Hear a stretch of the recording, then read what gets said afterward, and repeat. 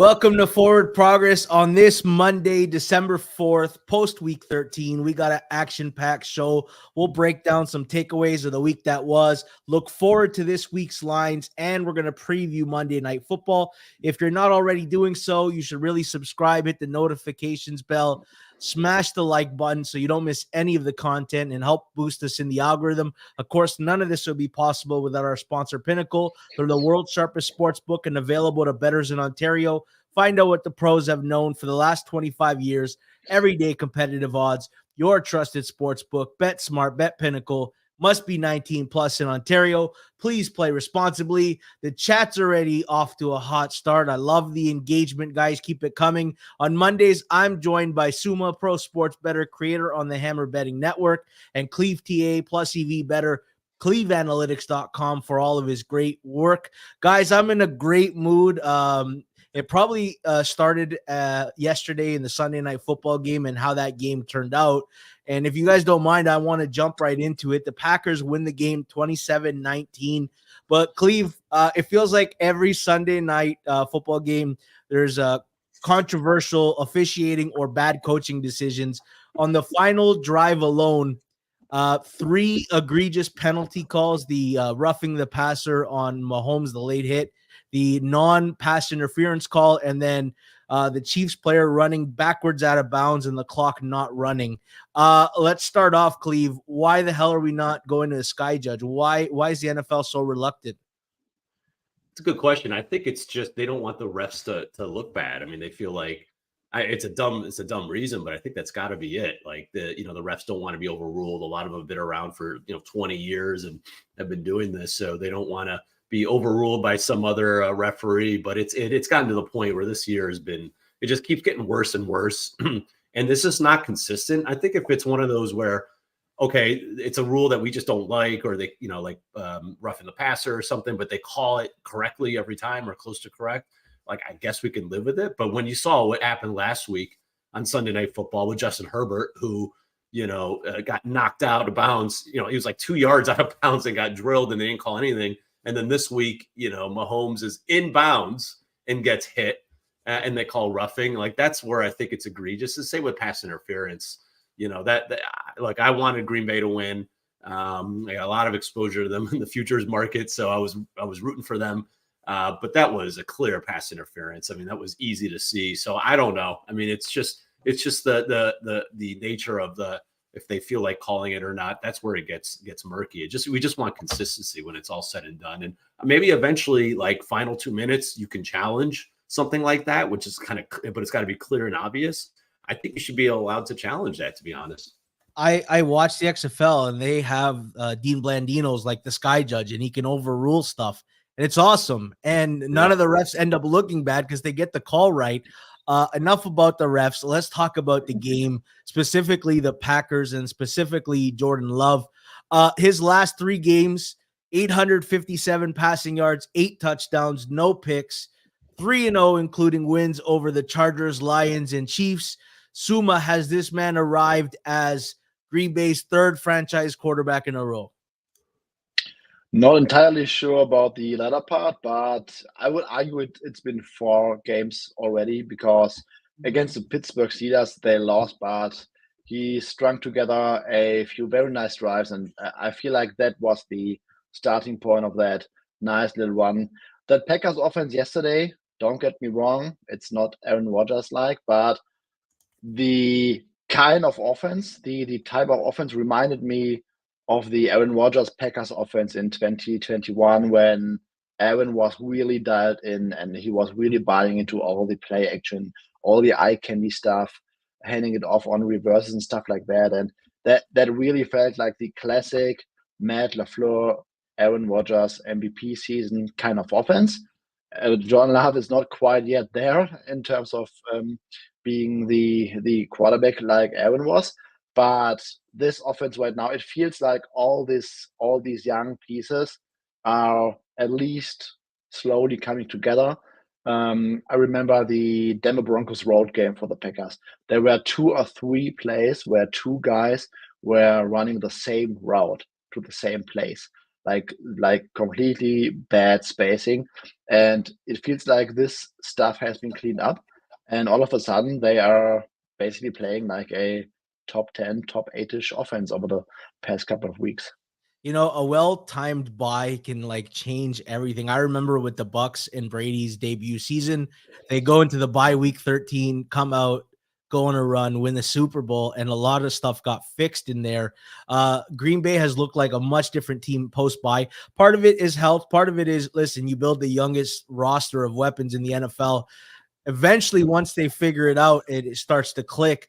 You know, I want to ask you, Cleve, about roster building. Green Bay has always been reluctant to go get a big time weapon. Like they fell into Devontae Adams. If you're Green Bay and you got a lot of money next year, do you let these weapons continue to bloom, or do you go out and try to get Jordan Love, someone legit like a T. Higgins that could be a game changer on that offense? Yeah, I mean, I think if you told me that Christian Watson was going to be healthy, then I would say it's unnecessary. But he's just hurt all the time, and he had a soft tissue injury yesterday at the end of the game. So it's just hard to rely on him. And you got guys like, I think Jaden Reed is a very solid like number 3 kind of slot guy. Romeo Dobbs is kind of a guy.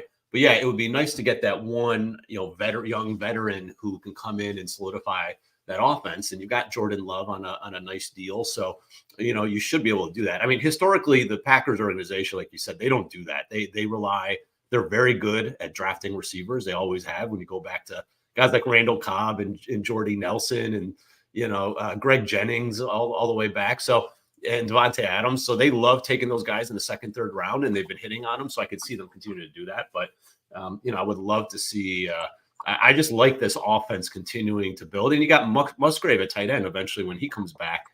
So they're really, building something there that I like. And I think with Love, I was looking, he actually generated by far the highest EPA that the Chiefs defense have allowed this season. And that includes guys like Hurts and Tua. So like, he's really, I was a little nervous going into the game last night because, he was doing it against teams like, the Lions and the Chargers and the Rams, like not good defenses.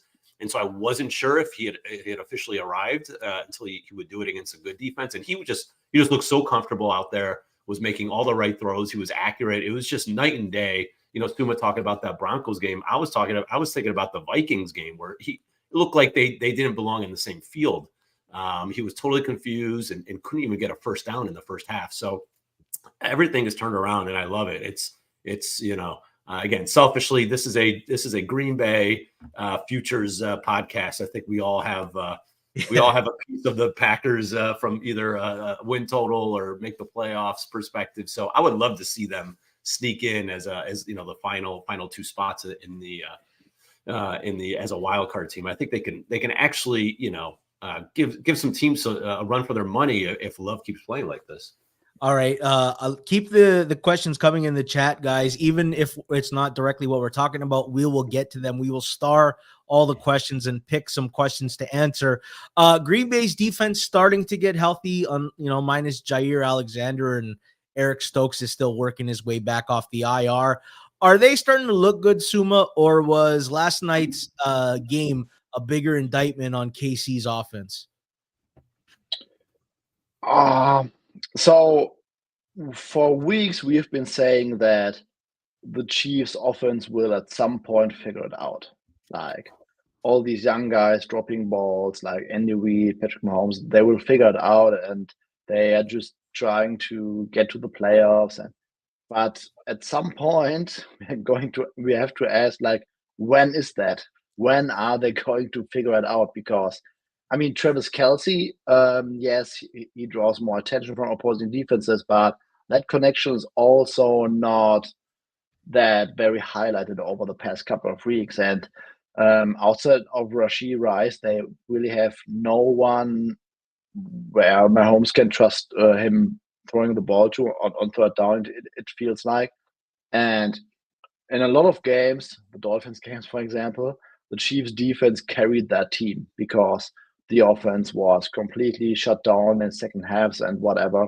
And yesterday we saw what happens when the Chiefs offense does not get that bailout from the defense, because I mean, you can look at any relevant statistical metric. The Chiefs' offense is not where it was last year, not even close. So we are talking about like top 6-ish, 7-ish, 8-ish kind of offense instead of top 1. So in games like these where the offense is not clicking and the defense cannot stop Jordan Love and the Packers offense, they all of a sudden have issues. But I will also say they were like one DPI away from maybe or potentially tying this game towards overtime. So it's not like we are talking about a middling football team. They are, I think, 9-3. Is that correct?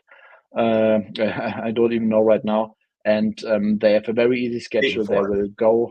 Okay, they will go into the postseason likely at like 12-5 and will have a shot at the first seed. But we are, I think, after 5-6 Patrick Mahomes and the Reid years, we are basically talking about luxury problems that might become bigger problems when it comes to the playoffs. All right. So you're telling me put the suit away, no funeral just yet. Let's move on to 49ers and Eagles. And that game kind of resembled a funeral. Let's start off talking about the Niners have now blown out the Eagles and Cowboys, who are supposedly part of that trio of great NFC teams. Are they the best team by a large margin, Suma? Is there anyone they shouldn't be favored against by at least 2.5 on a neutral? Right now, I think that's the case.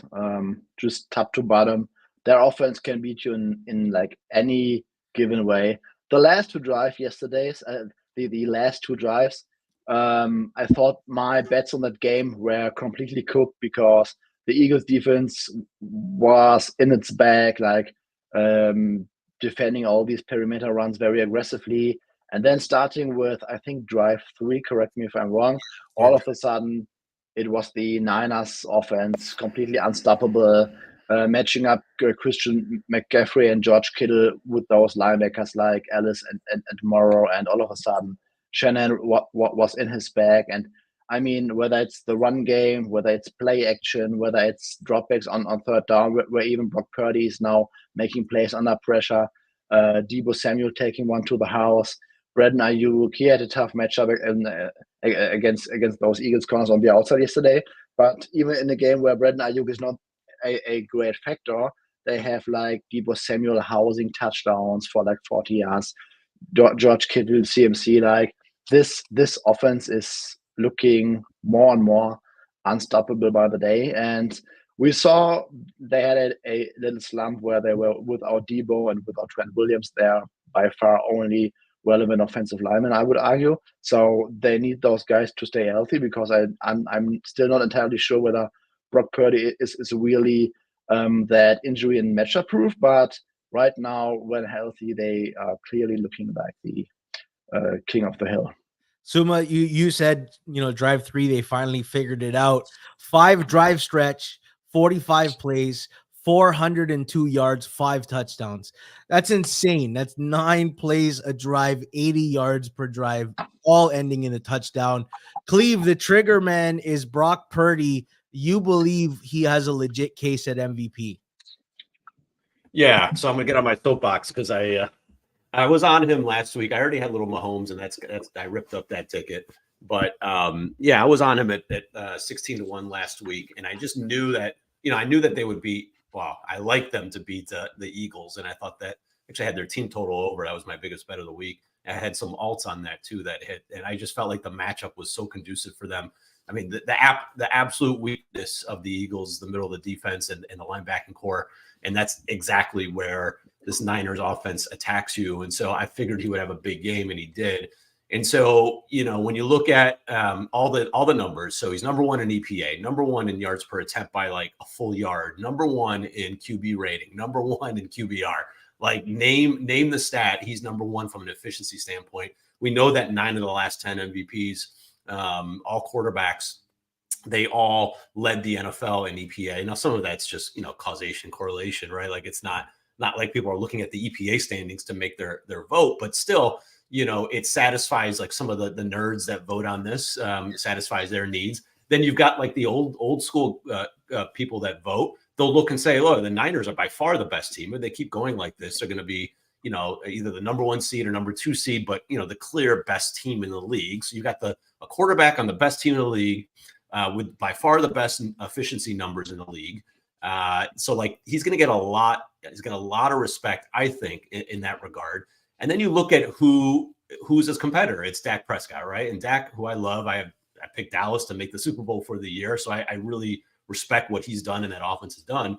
But they have dominated some really bad teams and some really bad defenses. They've played one top 10 defense in pass EPA the entire season. And who was that against? It was the Niners.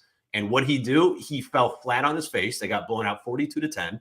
He had the single worst EPA of any quarterback that San Francisco has faced this year. So not only did he struggle, he had the worst game of any quarterback against the Niners. So like, how can you sit there if you're comparing the two guys? You have one guy who has better stats all the way across the board. You have one guy who's got the better team, and they got one guy who destroyed the other. Purdy put up the second best game of any quarterback against Dallas, by the way. It's just like, to me, it's Purdy over Dak if this keeps going. And so that's how I'm looking at it. Now, I know that some voters are going to look at the Shanahan system and they're going to say, well, he's a product of that. And I get that. His numbers are way better than anything Jimmy G has ever done. And then you also look at, all right, maybe it's McCaffrey. I get that. He's gonna dilute some of the voting. I'm just hoping at the end of the day, people see that like the guy is good. Even after the first drive where they did nothing, I think first quarter, I don't think they scored.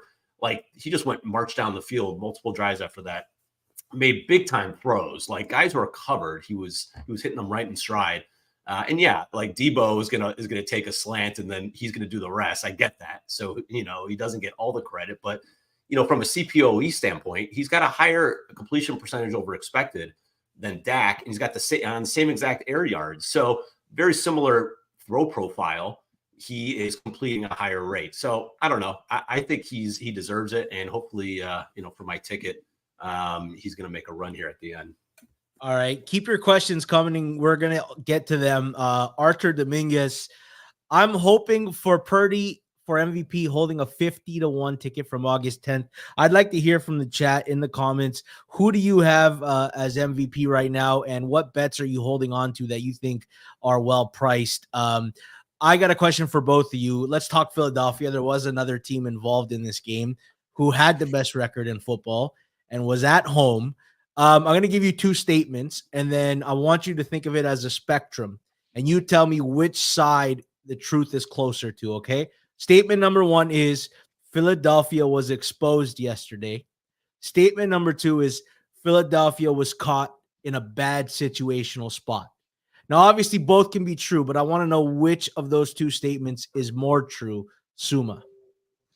I would go with the first one because they specifically got exposed in areas where they are simply weak at, where their roster is weak, where they intentionally build their weakness up, because the Eagles never put a high emphasis on strong linebackers, strong safeties. Yes, they traded for Kevin Byard, but that middle of the field defense has not been their strength for a few weeks now, few seasons now. They started the season with Zach Cunningham and Nakobe Dean at linebacker, and no Kevin Byard on the back end. So this defense was built to win up front, cover well on the outside, and then pray that there isn't any offense, or that there aren't enough offenses that can really attack them over the middle of the field. And the Niners are like the worst possible matchup for this Eagles squad. So I would argue that in that sense they got exposed, but they also got exposed because they've been outplayed for several weeks now by good football teams. KC, Buffalo. I would argue that they got extremely bailed out against Dallas in the end. I was on the Eagles in that game. I felt extremely lucky after the final whistle. So I think they finally got exposed after not playing like the better team in like several matchups against better teams, and especially when it comes to their weaknesses in the roster. All right, Cleve, same question. Philadelphia was exposed yesterday. Philadelphia was caught in a bad situational spot. Which of those two statements do you think is closer to the truth? Well, I would just say they weren't exposed because they've been exposed for weeks now. So it wasn't like a new exposure. All those things were occurring, a month ago when Washington was putting up 31 on them, when Dallas, like Suma said, they probably should have won that game. When the Bills, put up a bunch of points on them. Like, we've already known that. What they were doing before yesterday was their offense was good enough to keep them in it, and they were making the big plays at the end of the games like that. So I think just the fact that they ran into a freight train. I mean, San Francisco, you said 2.5. They're 3 points better on a neutral to me than anybody else in the league. So I don't, put whoever you want on the other side. Just because there's no matchup, with this Chase Young trade, like they are defensively just, really difficult to play too. So like, I just think the combination of they ran to a freight train and the situation was just horrible that was San Francisco's Super Bowl. This was a short, they had extra rest. It was a short week for Philly. This was a Philly team that, just exhausted. I think just a combination of all that led to what happened yesterday. But like they got away with it. They played similarly in the first half against Buffalo and Kansas City, right? And they just got away with it because they were able to manage the second half. They just had no gas left in the second half of that game last night. So, I don't know. Like I said, I think their defense has been exposed for a while now, and they just masked it with some of the second half kind of magic.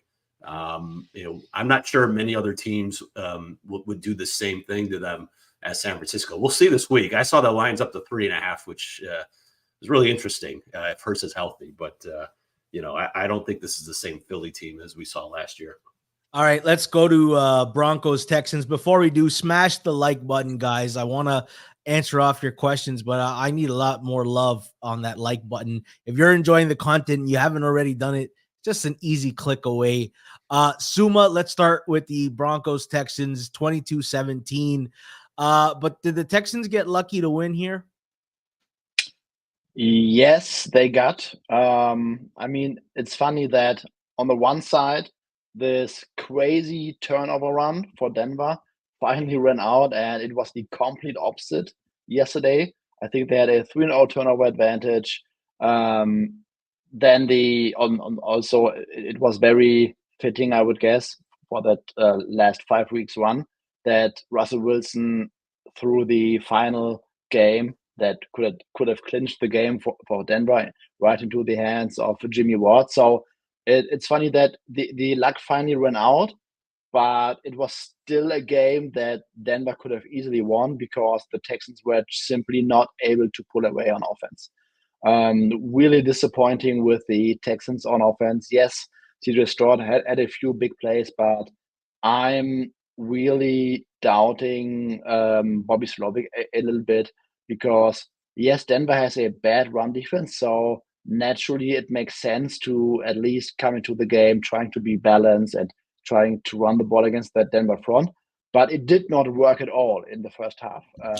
I think they had it felt like they had 2 successful runs or 2 bigger runs in the first half, but Denver's defense was really putting the clamps on them on run defense.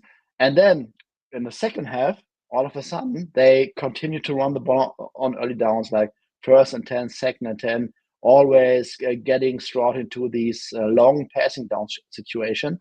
And yesterday, he could not do magic all the time. I mean, he did magic a few times, some really crazy Houdini deep balls down the field to Nico Collins. But overall, I felt like Texans offense was very underwhelming. And in a game where you get a 3-0 turnover advantage against a really below average Broncos offense, you just have to take them away and not get into the situation of sweating a final drive. So Denver finally got unlucky, but they still should have or could have won this game, in my opinion.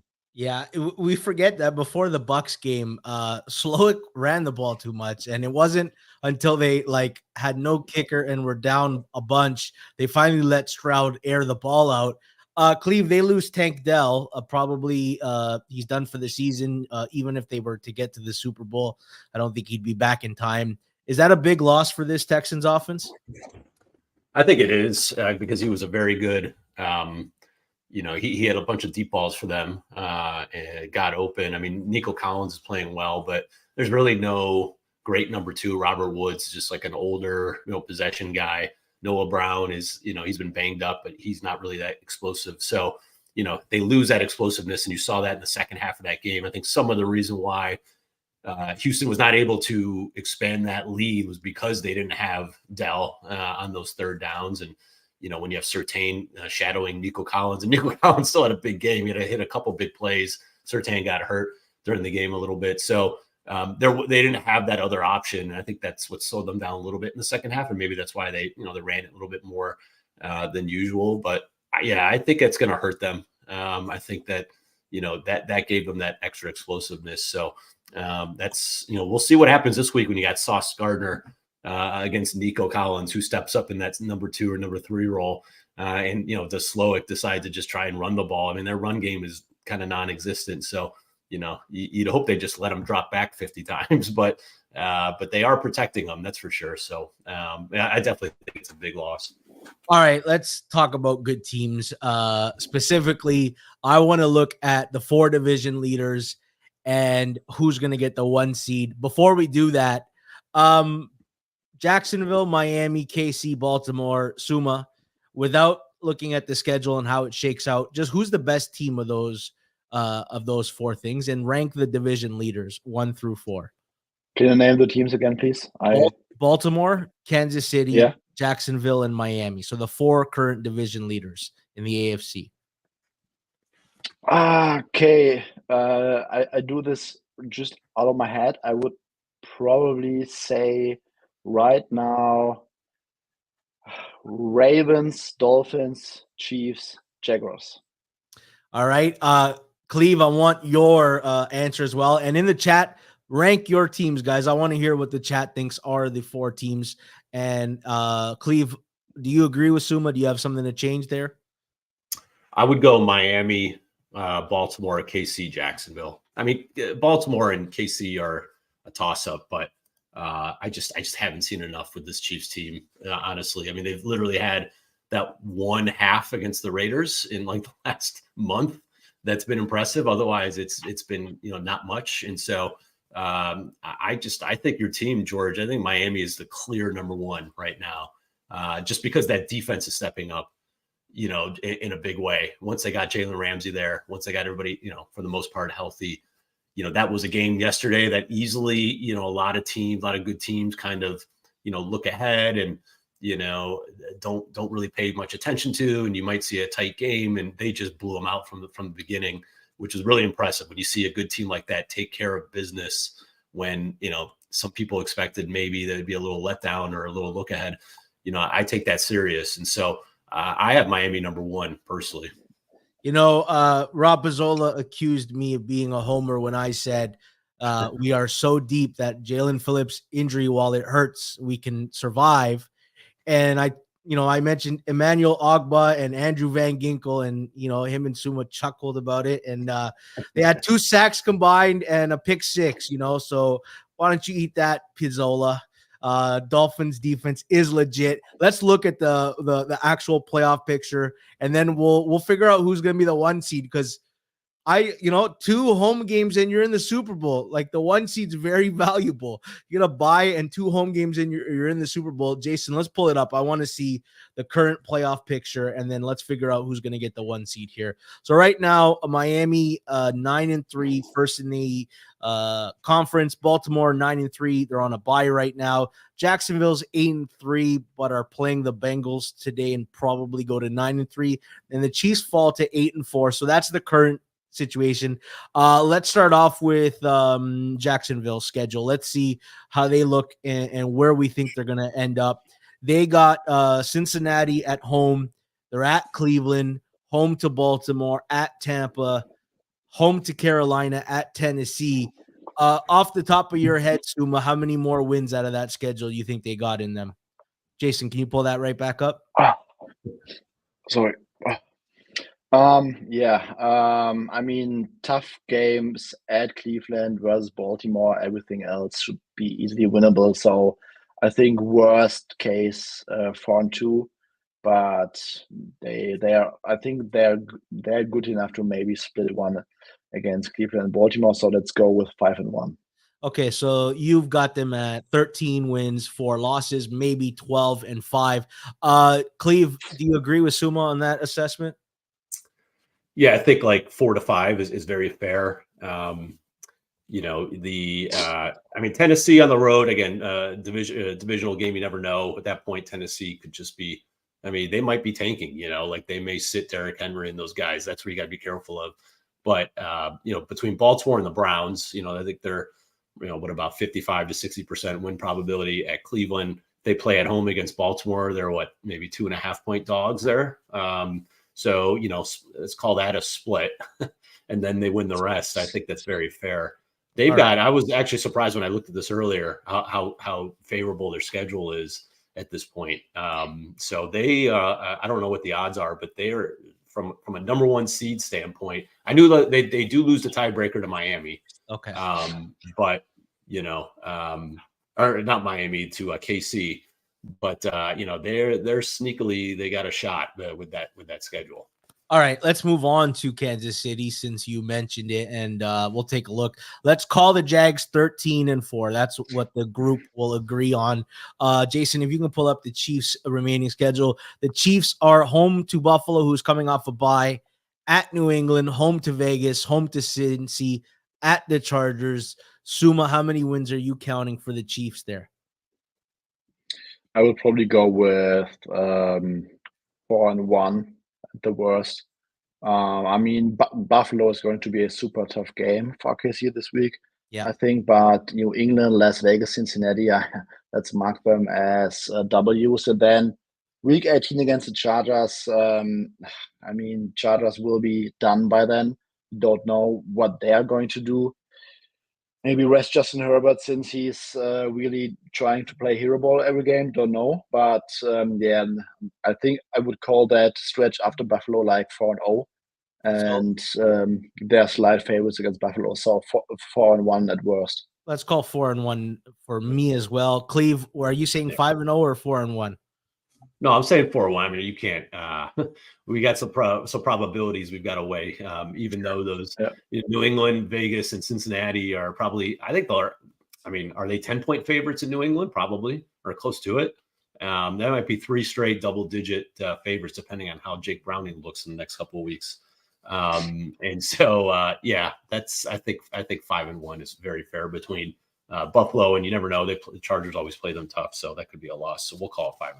All right, so if they lose, or 4-1, so then that would put them at 12 wins. We've got the Jags higher than them right now. The Monday Forward Progress Show is calling the Jags as the 1 seed. Let's move on to Baltimore. They are also 9-3, coming off a bye. What does the remaining schedule look like? They are hosting the Rams, at the Jags, at the 49ers, home to the Dolphins, home to the Steelers. That is freaking brutal. Suma, how many wins are you counting for Baltimore here? Why do I always have to start here? No. Jacksonville, San Francisco, Miami is a brutal stretch. I would probably say it's going to be a coin flip between 2-3 and 3-2. So 2.5. Cleve, what do you give in Baltimore here? I'm gonna say 3-2, but 2-3 wouldn't shock me. Like I think San Francisco, Miami are losses, and then I think Jacksonville's gonna be a tough game too. I mean, Jacksonville has not fared well against good defenses so far. If you look at some of their numbers, I mean, against KC and San Francisco, I don't think they scored more than 9 points. So that's tough. Even at Jacksonville. Even the Rams game this week, I mean, they're 7-point favorites, but that's not a cakewalk. And then the Steelers is always tough because of that rivalry. So, I mean, I'll say 2-3. I'm just going to say 2-3 because I think that stretch over the middle is really difficult. And I think that, Pittsburgh's never a shoe-in, just that for whatever reason, no matter how bad these teams are. So I'll go 2-3 just to make this interesting. All right, so they are 11-6 according to us. Let's pull up Miami, the last one. Miami is hosting Tennessee, hosting the Jets. Then they're hosting Dallas, at Baltimore, hosting Buffalo. Miami has 4 out of the final 5 weeks. That's pretty good. They're going to be in the sun while everybody's freezing their balls off before getting to Miami. Let's start off with Cleve, since Suma doesn't want to go first. Cleve, how many wins are you chalking up Miami here? I'm going to go 4-1. I think they beat Baltimore, Tennessee. I mean, Tennessee, New York are 99.9% win probabilities.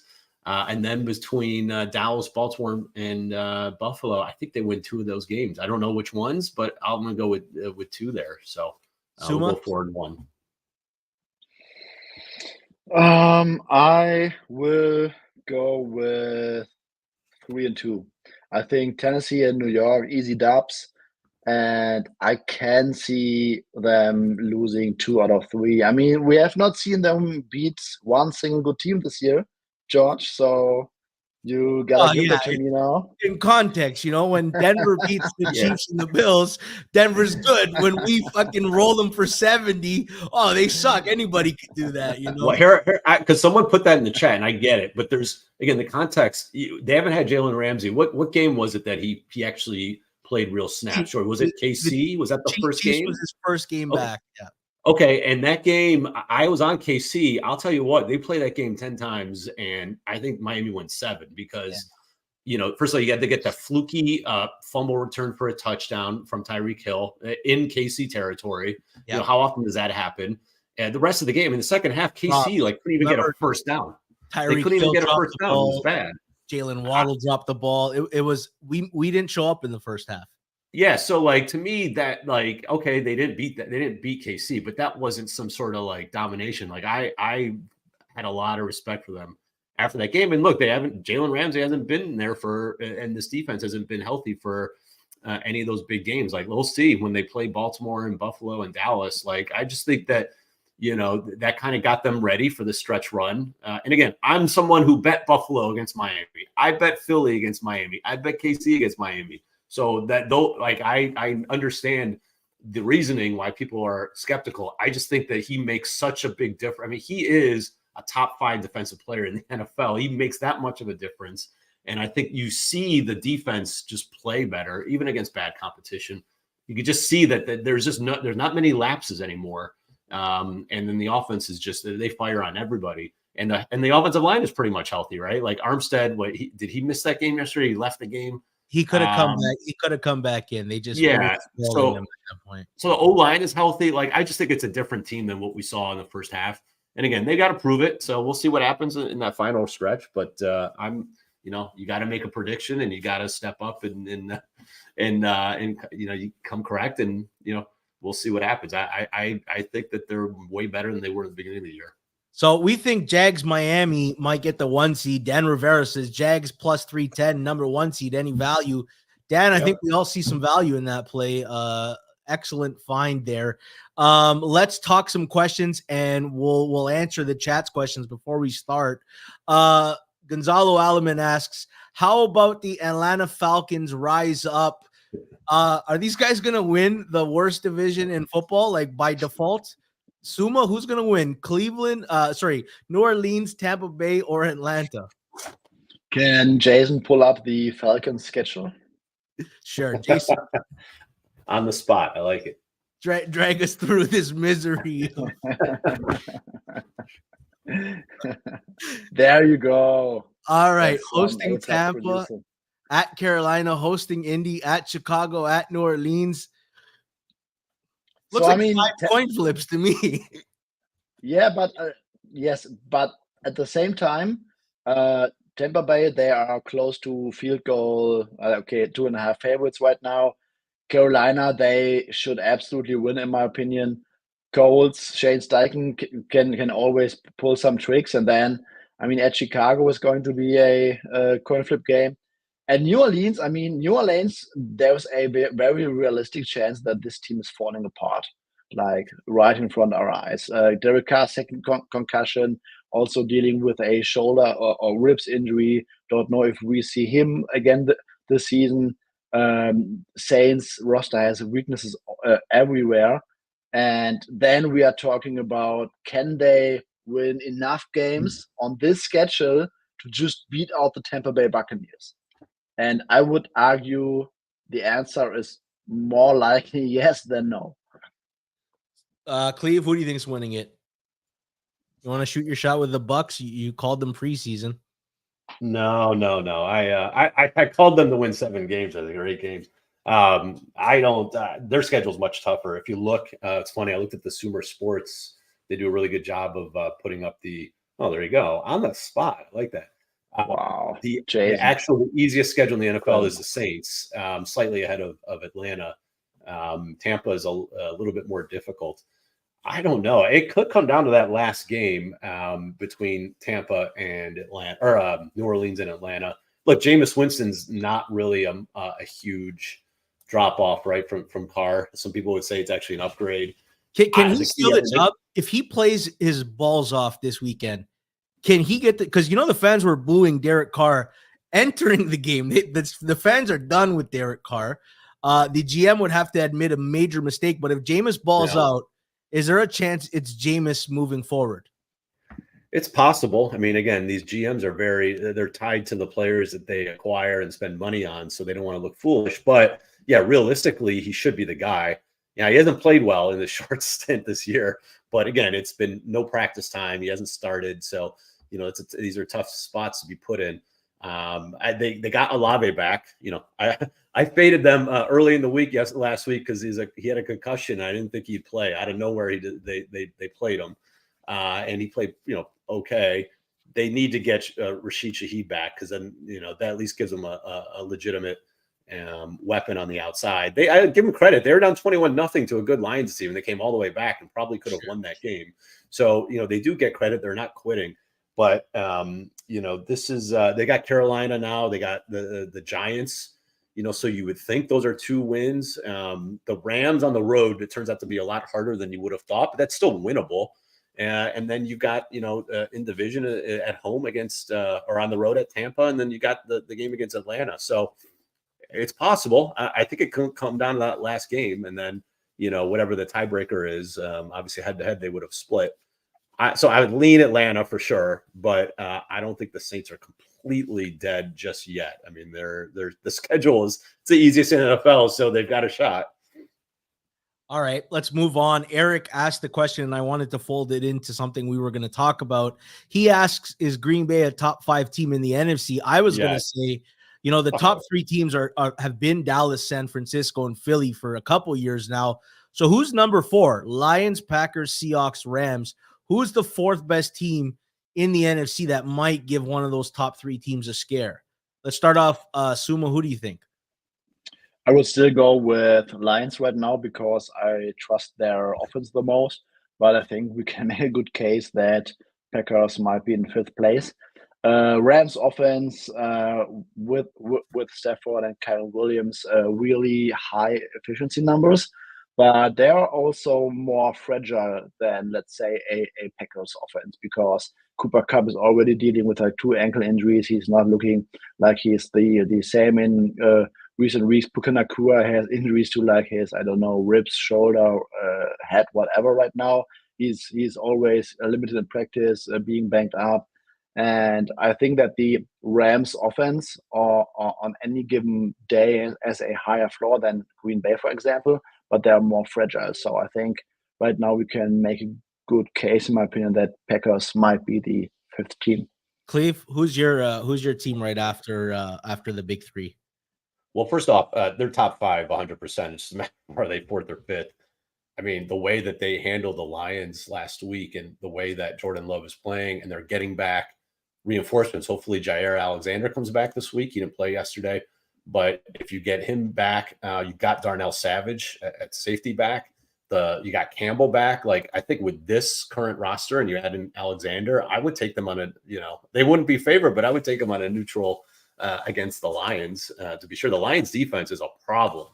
I mean, they almost gave that game up to Jameis Winston and a bunch of, nobodies outside of Olave at receiver yesterday. And so, even the offense is a little bit clunky. I mean, they needed a really nice reverse to Jameson Williams to break open the game. But, there are some problems there. So, I mean, the Packers, the way Love is playing, he's playing like a top 5 quarterback, and legitimately. If he keeps playing like this, there's no reason they can't be the 4th best team. Eric says Green Bay Packers Super Bowl champs plus 92.42. Suma, if you had a dart in your hand, would you throw it on that bet right now? I mean, if, for a dart, obviously, for sure. But it's just hard seeing them getting past a Niners and Cowboys team. But if you are looking at a basically 92-1, you can basically Shaquille Leonard to the Eagles, guys. Just for your information. Yes.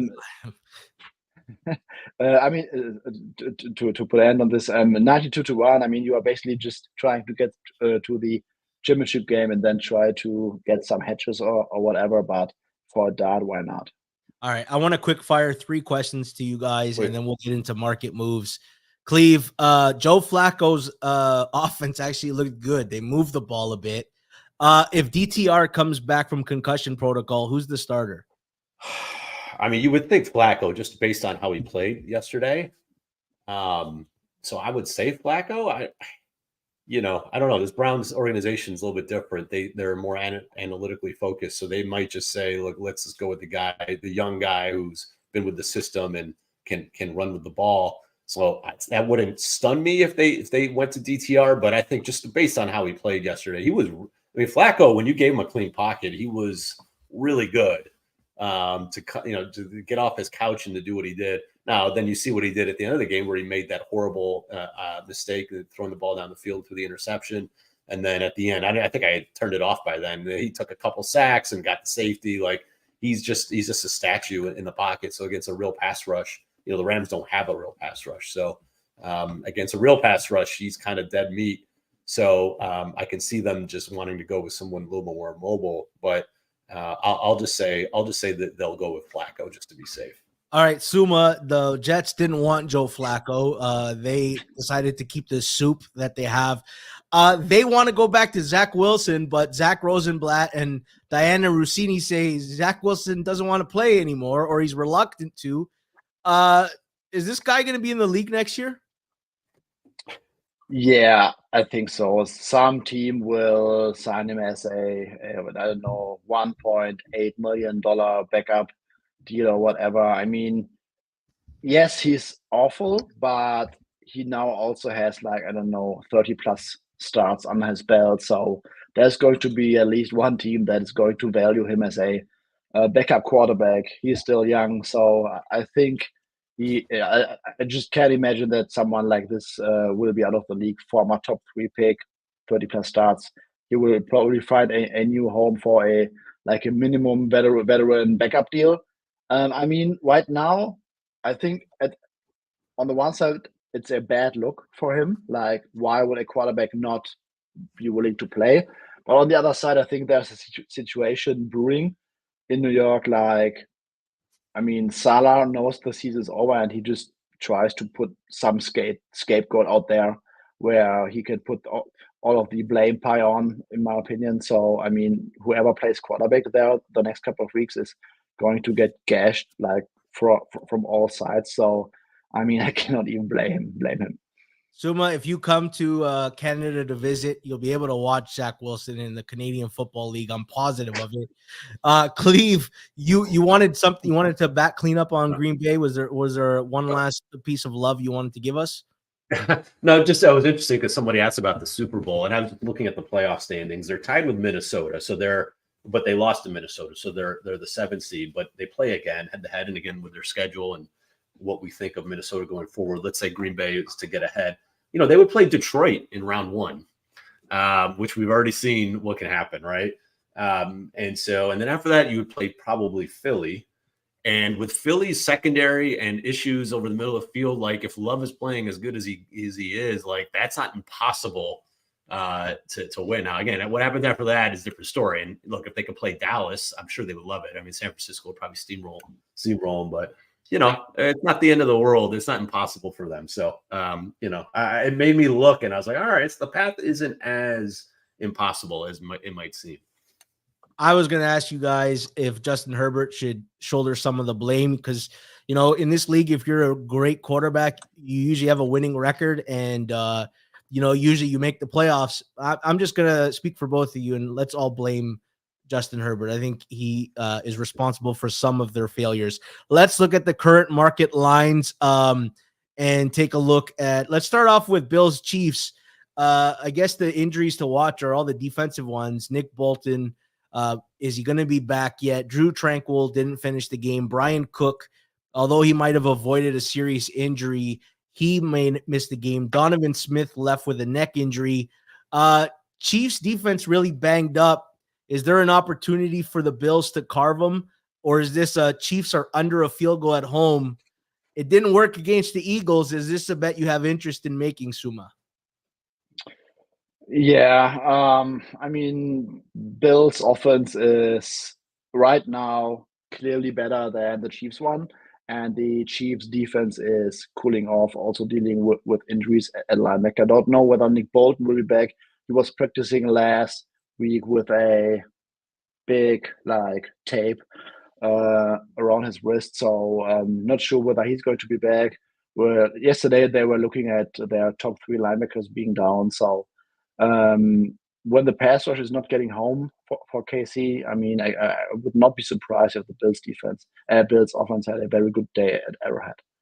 Cleve, who are you looking at in this side? I'm thinking maybe Bills teaser. I don't know that the Chiefs can beat anyone by margin, not at least this Bills team. How are you looking at this game?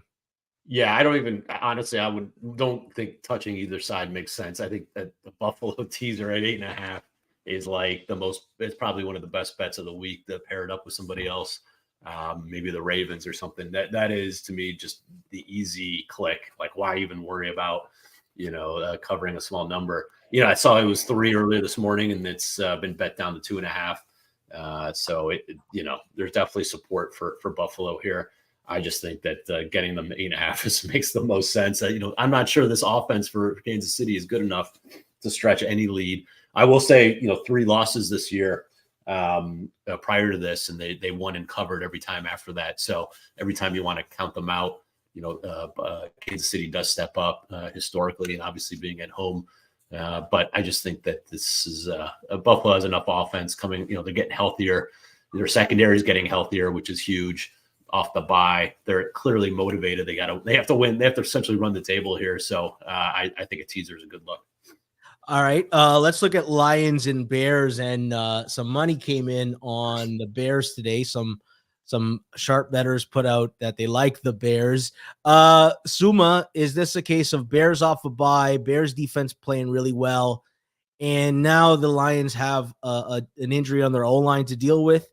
Is this a defense that Justin Fields could shred, and is that the cause for this movement towards the Bears? Yes. I mean, Lions defense is completely terrible.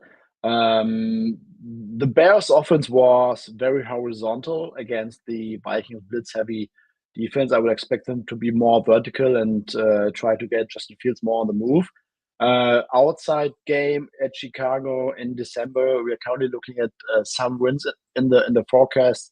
Total also went down towards 43-42, just right when the show started. So yes, I think it's a case of Bears offense playing much better with Justin Fields since that Week 4 Denver game. Lions defense being very bad. Home game for the Bears in what could be some messy conditions, not the greatest spot for Jared Goff historically. So I think this coming down to 3 absolutely made sense today. At least for a Monday morning, we'll see what the weather brings us as the week goes on. Yeah, you lose Frank Ragnow. The Bears are really good at stopping the run. Goff outdoors, Cleve, all the signs are pointing to Chicago for you? Yeah, I already bet it. Bet it at 4. Gave it out to some people earlier at that number. It's down to, like I said, 3 in some spots. So it just makes total sense with the weather the way it is, lower total game, and just the fact that Detroit has really struggled defensively. I mean, they had a hard time with a 21-0 lead covering yesterday. So now you've got outdoors again with the Goff issue. I saw potential for snow and 15 to 25 mile per hour winds. And, we already know all about Goff. And just in general, I mean, this Lions, they're scared to death of Jared Goff. Like you can see with the play calling yesterday, I think they were either they were bottom 5 in neutral game pass rate. And just watching that game, like they relied heavily on the run game. They do not want Jared Goff, dictating the outcome of these games. And the Bears are sneakily in the last, back half of the season, one of the 10 best defenses in the NFL. I mean, they're top 8 in both pass and run success rate since week 7. So, and we already saw they outplayed the Lions for 3+ quarters the first time they played. And so I think with the combination of the weather, with Justin Fields in that run game, I mean, they can run it on Detroit. No Alex Anzalone yesterday. Who knows if he'll play this week yet? It doesn't sound like much, but he's their best linebacker, and he didn't practice at all last week, so we'll see if he'll play this week. That's a big loss if he can't go. Frank Ragnow is hurt, so we don't know if he'll play. Chicago's very healthy coming off the bye, so it all kind of points. I think this closes at 3, and I think it makes a lot of sense. Yeah. Last one, Philadelphia, Dallas. The line opened up 51.5 in some shops. It's already up to 52.5. Suma, is this going to close as the highest total of the year? And how does anyone stop anyone in this game? I think the highest total of the year closed 54.5 between Buffalo and Miami first game. When I remember correctly, and Chargers Vikings, I think closed 53.5, 54 around there. So yeah, I think you're right. Okay. So I would be surprised if that closes that high, because I think we have to assume that at some point under money will hit the market from some groups who like to play these against the market move unders later in the week. So I would be surprised if the closes at 54 plus. I mean, I totally get why the total is that high, because Cowboys offense at home is absolutely clicking. We talked about how fraudulent that Eagles defense is, basically getting exposed by any good or halfway good offense. CC, Sam Howell. So absolutely makes sense. And I think the spread also makes sense, because the Dallas Cowboys are clearly the better team right now. They could have won at Philly earlier this year easily. I think that the Eagles defense will not generate too many stops, and then it depends whether the Eagles offense can get back on track on the road against that Cowboys pass rush when they might be backed against the wall. Yeah, Cleve, we often talk about like when a defense is on the field a ton. Dallas and Philly both were on the field a ton. Are you expecting a track meet type game? I mean, I'll just say by my numbers, I don't have this even close to 53, but again, I don't live and die by my numbers. But the way that Dallas has been scoring at home, I mean, 4 straight games of over 40 points at home, 5 straight if you go back to, or 38 plus 5 straight games. But again, they haven't faced. I'm more looking at the spread than I am the total. I think that this is a little bit of an overreaction. I mean, we saw. So Dallas has blown out everybody, right? But if you look at the teams they played nobody until last week. The best team they played is Seattle, and that was a coin flip game. I think the market is really inflated on Dallas at this point because of just raw numbers. But when you adjust for opponent, it's not as good as, they destroy bad teams. That's just who they are. But against, better opponents, it's not necessarily apples to apples. So I think Philly bounces back. I'm not ready to take the number just yet, because I want to make sure Hurts is healthy. He left that game. He did come back, and yeah, they do have holes, but I just feel like the way that San Francisco attacks you, with McCaffrey out of the backfield and the tight end over the middle of the field, Dallas doesn't do as much of that. So it's more out wide. They're still going to score their points. Like, that's not a problem. That's not an issue. But I think divisional games, especially a rematch in division during the season, you typically get lower, you get unders in general. But, these two teams feel like they go over a lot the last couple of years. So I can understand the number. I don't personally, my number doesn't get there, but it's not like I'm willing to step in front of it. To me, like, I personally am going to look at Philly or pass, but it's still early in the week. I haven't loaded up everything for the week. So that's just my initial look. if you remember the first game they played, Philly converted a 4th and 1 on their first drive. And then the Cowboys from their own 31 on the first drive of the game in the first quarter also went for it on 4th and 1. And it's kind of like that mentality of trading field goals is not going to be a wise decision. And maybe we're going to get increased aggression. Let's talk Monday Night Football. We saved it for the end. I don't want to talk about it. Suma, just quickly, what can you give an optimistic case for Jake Browning, who looked awful last week, getting 150 yards of offense against the Steelers, or is this a one-way game here? I think this is a one-way game right now. The number is right where I make it right now, so I don't have any edge at the current number. I'm going to sweat some JAX teasers today, so that will be my part. I just don't see. I mean, last week against Pittsburgh, this Bengals offense needed like a tipped interception drill to get close to the end zone, and I mean, Jaguars defense is pretty decent. We talked about that, I think, last week as well. I don't think that the Bengals will be able to run the ball, and then it will be Jake Browning on 2nd and 3rd and long all day against that Jaguars, not blitz heavy, but kind of blitz happy defense by the Todd Bowles disciple at DC. So I just don't see how the Bengals are scoring. I think right now with Jake Browning, they are really in that bottom 8 tier of teams because their defense is bad, their pass defense is bad, their run defense is bad, their O-line is highly questionable, and I just don't trust Jake Browning to consistently air it out to Jamar Chase and T. Higgins. So I think that the Jaguars should roll at home, but at the current market price, it's a stay away for me. Yeah, I think Suma, you, me, a lot of people are trying to close out some like Dallas to Jacksonville or Miami to Jacksonville teasers. Everybody's looking for the closeout today. Cleve, just quickly, is there anything that the Bengals can do to stop this Jaguars offense, or are they just going to do everything they want?